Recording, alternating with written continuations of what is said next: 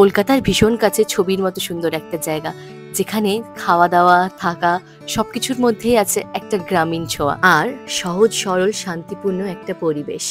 আমরা যখন হঠাৎ একদিনের প্ল্যানিং এ এখানে গেছিলাম, তখন কলকাতায় 41 ডিগ্রি দহন জ্বালায় মানুষ একদম বেহাল। তাই কাছাকাছি এরকম একটা জায়গায় যাওয়ার সুযোগ পেলে ছাড়া যায় নাকি। কলকাতার জোকা থেকে মাত্র 13 কিলোমিটার দূরে এই জায়গাটা।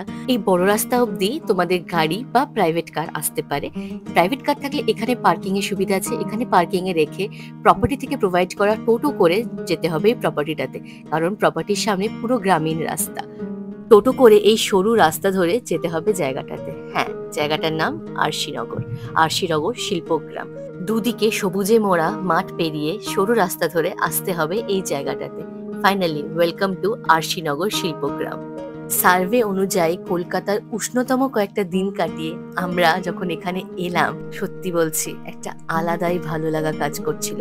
এত সুন্দর জায়গা, পরিপাটি করে সাজানো, সবুজে মোড়া, সুন্দর দূষণমুক্ত পরিবেশ, যে কোনো মানুষের মন কাড়তে বাধ্য। প্রথমে ঢুকেই দেখতে পাবে একদিকে সারি দিয়ে মাড হাউস আর তার উল্টো দিকে এরকম সুন্দরভাবে সাজানো পরিপাটি একটা লন।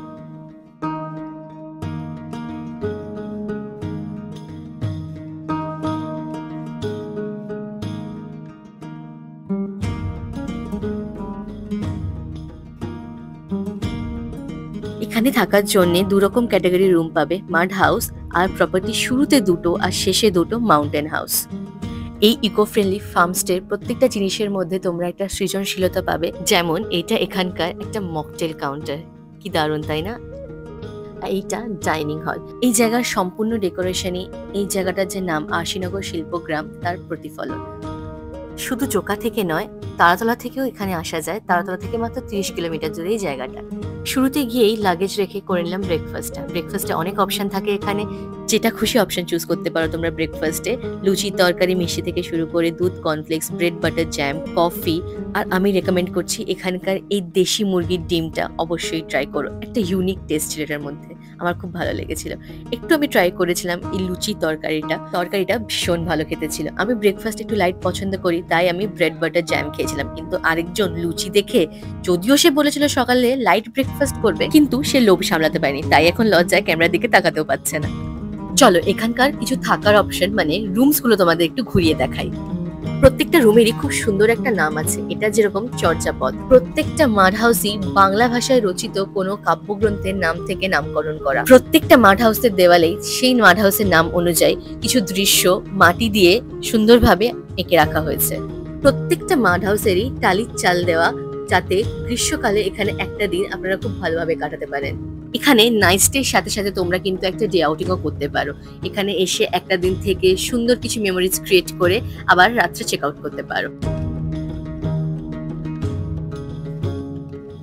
এবার আসি মাউন্টেন হাউসে। এই সুন্দর মাউন্টেন হাউস গুলো একদম অরিজিনাল পাইন কাঠ দিয়ে তৈরি। পাহাড়ে যেরকম আমরা কাঠের বাড়ি দেখে থাকি, একদম সেই আদলে তৈরি।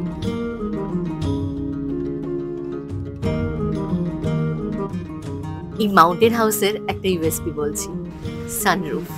এই সানরুফ গুলো তোমরা প্রত্যেকটা মাউন্টেন হাউসেই পাবে। এখানে দড়ি আছে, সেটা থেকে টানলেই সানরুফটা খুলে যায়। আর শীতকালে এই জায়গাটা একটা আইডিয়াল প্লেস হয়ে দাঁড়াবে ছুটি কাটানোর জন্য। বাথরুমটা দেখে নাও, খুব সুন্দর। বাথটাবও এখানে পেয়ে যাবে তোমরা।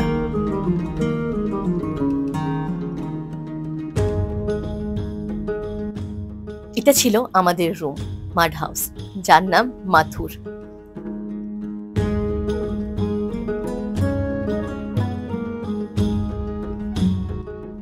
মাড হাউসের প্রত্যেকটা রুমে পেয়ে যাবে তোমরা একটা মিনি ফ্রিজ আর এরকম মাটির ঘড়া। আর প্রত্যেকটা মাড হাউসের বাথরুমের সাথে তোমরা পেয়ে যাবে এরকম ওপেন শাওয়ারিং ফেসিলিটি। এই কাপল ফ্রেন্ডলি রিসর্টের এটা একটা হাইলাইট। এরকম ওপেন শাওয়ারিং স্পেস আমি কলকাতার খুব একটা রিসর্টে দেখিনি। এটা বেশ একটা ইউনিক অ্যাপ্রোচ। এই রুমের একটা ইউএসপি তোমাদের দেখাচ্ছি, এখন দেখছো, ওয়েট ফর ইট। সকালবেলায় লাইট বন্ধ করে দিলে একটা মিষ্টি আলো এই টালির চালের ফাঁক দিয়ে ঢুকে আসে রুমে, কিন্তু রুমটাকে গরম করে না। সবকিছু ঘুরে দেখে আমরা লাঞ্চটা অর্ডার করে দিলাম। লাঞ্চে ছিল এলাহি আয়োজন। বাঙালি থালি নিয়েছিলাম, যার মধ্যে মাছ মাংস দুটোই ছিল, আর খেতেও ছিল ভীষণ দারুণ। প্রথমেই বলি কি কি ছিল। পেঁয়াজ, লেবু, লঙ্কার সাথে সাথে পোলাও, ভাত, শুক্তো, ডাল, ঝুরি আলু ভাজা, বেগুনি, এত বড় একটা মাছের পিস, তার সাথে চিকেন, চাটনি, পান, মিষ্টি। জমিয়ে লাঞ্চ করে একটু রেস্ট নিয়ে বিকেলে আবার আমরা বেরিয়ে পড়লাম এনাদের ফার্মিং সাইটটা একটু ঘুরে দেখতে। এই জায়গাটার বিকেলের সৌন্দর্য অতুলনীয়।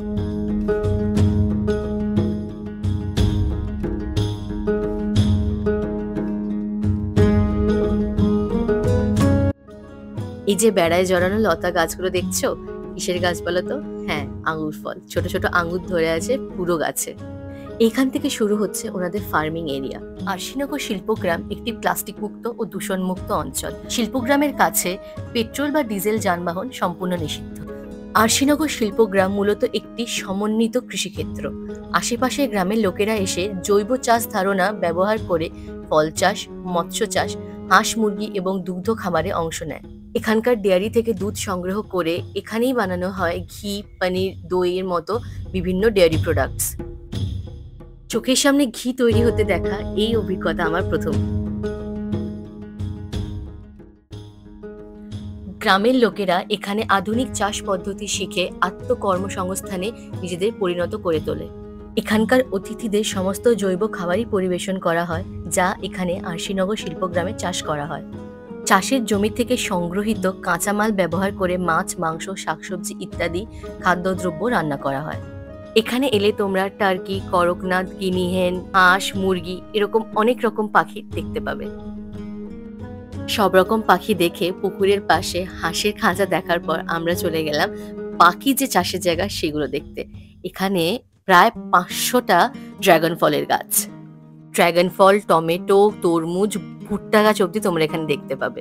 শহর থেকে দূরে, খুব দূরেও না কিন্তু, আমাদের কলকাতা থেকে ম্যাক্সিমাম 1 ঘন্টা 10 মিনিটের রাস্তা, কিন্তু এতটা সুন্দর জায়গাটা ওখানে জাস্ট দেখো। তীব্র রোদ না, এখানে ভালো লাগে, মানে একটা শান্তির জায়গা। এত সুন্দর জায়গাটা, আমার সব থেকে এই জায়গাটা ভালো লেগেছে। এখানটায় বসার জায়গা আছে, এটা সন্ধ্যেবেলা হলে আরো বেশি ভালো লাগবে। সন্ধ্যেটা হোক, দিন দেখাচ্ছি। হ্যাঁ, ঠিক বলেছিল, সন্ধে হয়ে গেলে আর এইসব লাইটগুলো যখন জ্বলে ওঠে ভীষণ সুন্দর লাগে এই জায়গাটা। এরকম ক্রিয়েটিভ হাত ধোয়ার জায়গা আমি আগে কোথাও দেখিনি। তোমরা যদি দেখে থাকো তো কমেন্টে জানিও। আমাদের ডে আউটিংটা বেশ ভালো কাটছে। তোমরা যদি এরকম ডে আউটিং করতে চাও বা এখানে এসে থাকতে চাও, সবকিছু ডেসক্রিপশনে দেওয়া আছে, ডিটেলস চেক করতে পারো। আমরা অর্ডার করিলাম তারপরে আমাদের স্ন্যাক্সে ছিল চিকেন কাটলেট, 2টো মকটেল আর 2টো বোল অফ চিকেন স্যুপ। সকালে বাঙালি খাবার ট্রাই করার পর এখানে এই চাইনিজ খাবার ট্রাই করে দেখলাম। স্যুপটা বেশ ভালো খেতে ছিল। আর এই চিকেন কাটলেটটা আমার খাওয়া one of the best chicken cutlet. Snacks শেষ করে আমরা দুজন আবার বেরিয়ে পড়লাম পুকুর ধারের দিকে যাওয়ার জন্য। আমাদের ডে আউটিং এর সময় শেষ হয়ে আসছিল, তাই শেষবারের মতো জায়গাটা আরেকবার ঘুরে দেখতে বেরিয়ে পড়লাম।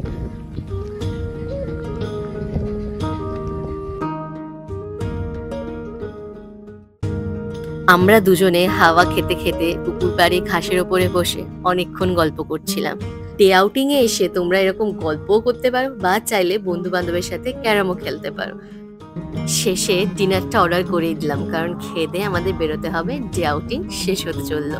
ডিনারে আমরা চাইনিজ অর্ডার করেছিলাম। ডিনার মেনুতে ছিল egg chicken fried rice, egg chicken noodles, schezwan chicken আর হানি লেমন চিকেন।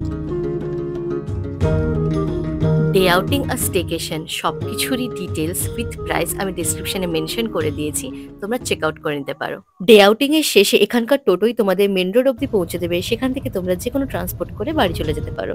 ভিডিওটা এত অবধি দেখে থাকলে থ্যাংক ইউ ফর দ্যাট। আর ভালো লাগলে প্লিজ কমেন্টে জানিও, আর like share subscribe to our channel duology. নিচে কমেন্ট এটাও জানিও নেক্সট ছুটিতে কবে আসছো আরশিনগর শিল্পগ্রামে।